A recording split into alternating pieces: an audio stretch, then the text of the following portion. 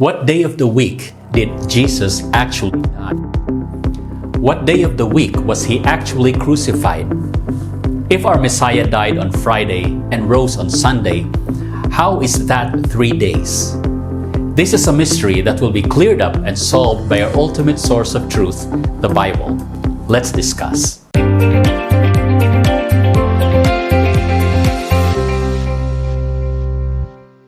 Jesus Christ, or his real name Yeshua, the Messiah, is the most popular person in history, the central figure in Christianity. Every year, millions observe Holy Week, Holy Thursday, Good Friday, and Easter Sunday, to honor his suffering, death, and resurrection.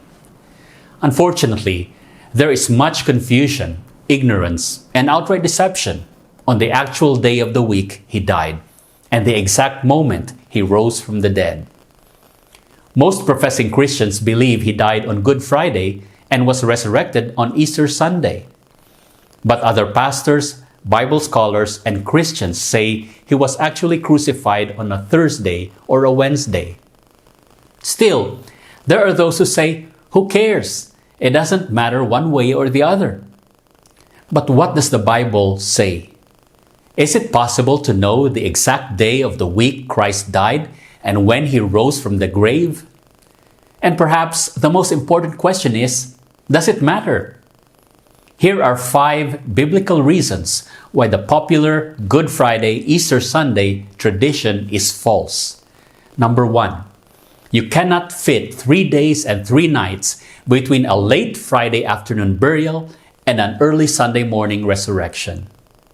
Christ gave only one sign that he was the Messiah, the sign of the prophet Jonah. Matthew chapter 12, verse 38 to 40. Then some of the scribes and Pharisees answered, saying, "Teacher, we want to see a sign from you." But he answered and said to them, "An evil and adulterous generation seeks after a sign, and no sign will be given to it except the sign of the prophet Jonah. For as Jonah was 3 days and 3 nights in the belly of the great fish, so will the Son of Man be 3 days and 3 nights in the heart of the earth." The sign of the prophet Jonah is the length of time he would be in the grave. Good Friday to Easter Sunday will never make 3 days and 3 nights, but only 2 nights and 1 day. Second point, 3 days and 3 nights is a literal statement of fact, not just an idiomatic expression.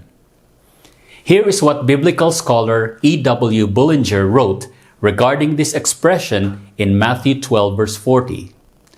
This is mentioned in the Companion Bible, Appendix 144. Quote, "The fact that 3 days is used by Hebrew idiom for any part of 3 days and 3 nights is not disputed, because that was the common way of reckoning, just as it was when used of years. 3 or any number of years was used inclusively of any part of those years, as may be seen in the reckoning of the reigns of any of the kings of Israel and Judah. But when the number of nights is stated as well as the number of days, then the expression ceases to be an idiom and becomes a literal statement of fact." Unquote. Now, how did Christ himself define a day and a night? Notice, John 11, 9-10. Yeshua answered, "Are there not 12 hours in the day? If anyone walks in the day, he does not stumble, because he sees the light of this world. But if one walks in the night, he stumbles, because the light is not in him." John 9, verse 4. "I must work the works of him who sent me while it is day. The night is coming when no one can work." According to Christ, a day is 12 hours and a night is also 12 hours. Therefore, 3 days and 3 nights is equivalent to exactly 72 hours. 3 days times 12 hours, 36 hours of days, plus 3 nights times 12 hours, 36 hours of night. So if Yeshua or Jesus was in the grave for a full 72 hours, but his tomb was already empty very early on Sunday morning, when did his crucifixion actually take place? Number 3. Our Lord was buried on the preparation day of an annual, not a weekly Sabbath. Jews and biblical Christians observe the seventh day Sabbath or Saturday. The day before this weekly Sabbath, Friday, is called the preparation day. But what most people don't know is that there are 7 other annual Sabbaths or high days listed in Leviticus chapter 23, which could fall on any day of the week. The first of these 7 annual holy days was the first day of unleavened bread, the 15th day of Abib or Nisan, the first month of the Hebrew calendar. During Christ's final week before his death, that day fell on a Thursday. The day before that was a Wednesday, the preparation day for that Sabbath. That day of preparation was also the Passover, the 14th day of Abib or Nisan, the first month of the Hebrew calendar. Notice John 19:31. Therefore, because it was the preparation day, that the body should not remain on the cross on the Sabbath, for that Sabbath was a high day. The Jews asked Pilate that their legs might be broken, that they might be taken away. Notice, that Sabbath was not an ordinary weekly Sabbath, but a high day annual Sabbath. Exodus chapter 12, verse 16. On the first day of unleavened bread, there shall be a holy convocation, and on the 7th day there shall be a holy convocation for you.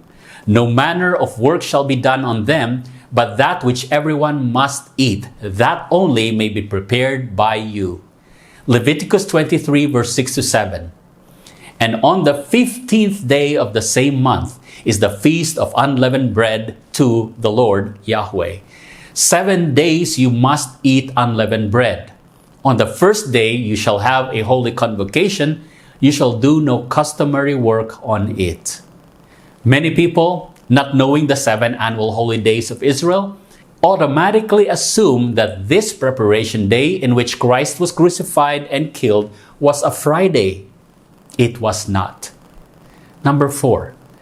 There were actually 2 Sabbaths during the week that Christ was crucified. Mark 16, verse 1. Now when the Sabbath was past, Mary Magdalene, Mary the mother of James, and Salome bought spices that they might come and anoint him. The women bought the spices after the annual Sabbath on Thursday was over. Jewish days begin and end at sunset. This happened between Thursday sunset to Friday sunset. Luke chapter 23, verse 56. Then they returned and prepared spices and fragrant oils, and they rested on the Sabbath according to the commandment. That commandment is Exodus 20, verse 8. Remember the Sabbath day to keep it holy, the 4th commandment. The women prepared the spices and fragrant oils they purchased, but they didn't have the time to bring the spices to the tomb to anoint Christ's body because they were overtaken by the weekly Sabbath on Saturday, which began Friday at sunset until Saturday at sunset. Matthew 28, verse 1. Now after the Sabbath, or Sabbaths, plural, that word is in the plural in Greek, Sabbaton, meaning after both Sabbaths, on Thursday and on Saturday. As the first day of the week began to dawn, Mary Magdalene and the other Mary came to see the tomb. The Farrar Fenton Bible translation renders this Bible verse correctly. Luke chapter 24, verse 1. Now on the first day of the week, very early in the morning, they and certain other women with them came to the tomb, bringing the spices which they had prepared. If Christ was crucified on a Friday and there was only one Sabbath that week, how could the women purchase spices after the Sabbath and at the same time prepare the spices and rest before that same Sabbath? Number 5. Christ ate the Passover with his disciples on Tuesday night, was arrested, tried, crucified, and buried on Wednesday, just before sunset, and was resurrected 72 hours later on the Sabbath, Saturday, right before sunset. The idea of a Friday crucifixion and a Sunday morning resurrection was not the original belief of the early apostolic church and is not the teaching of the Bible. In fact, astounding proof exists of these attempts to change the day of the resurrection and of the crucifixion.